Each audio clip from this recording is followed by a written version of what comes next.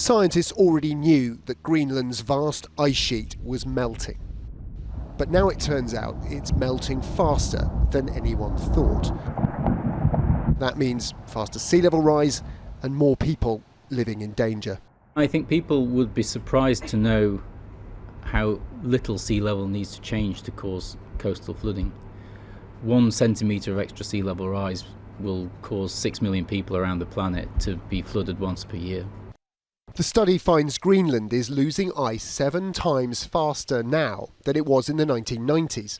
That will result in 67 centimetres of sea level rise by 2100, the top end of the range predicted by scientists, meaning there'll be 40 million more people at risk of coastal flooding.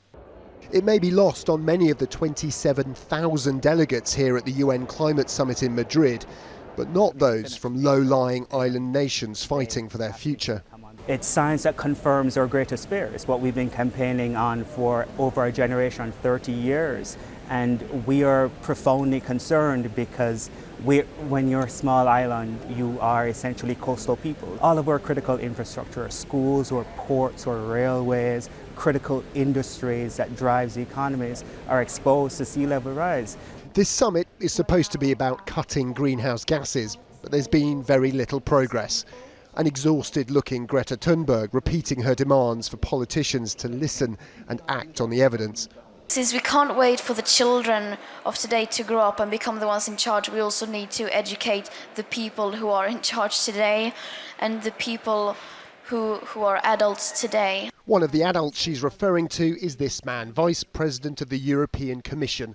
Many now believe only a deal between the EU and China, the world's 2 largest emitters, can keep these decades-long climate negotiations alive. Are you aware of the responsibility on your shoulders? Yes, I am. But I'm also aware of the future of my kids. I'm also aware of what we need to be doing to not, look back in 20 years' time and have our children tell us, you really screwed up.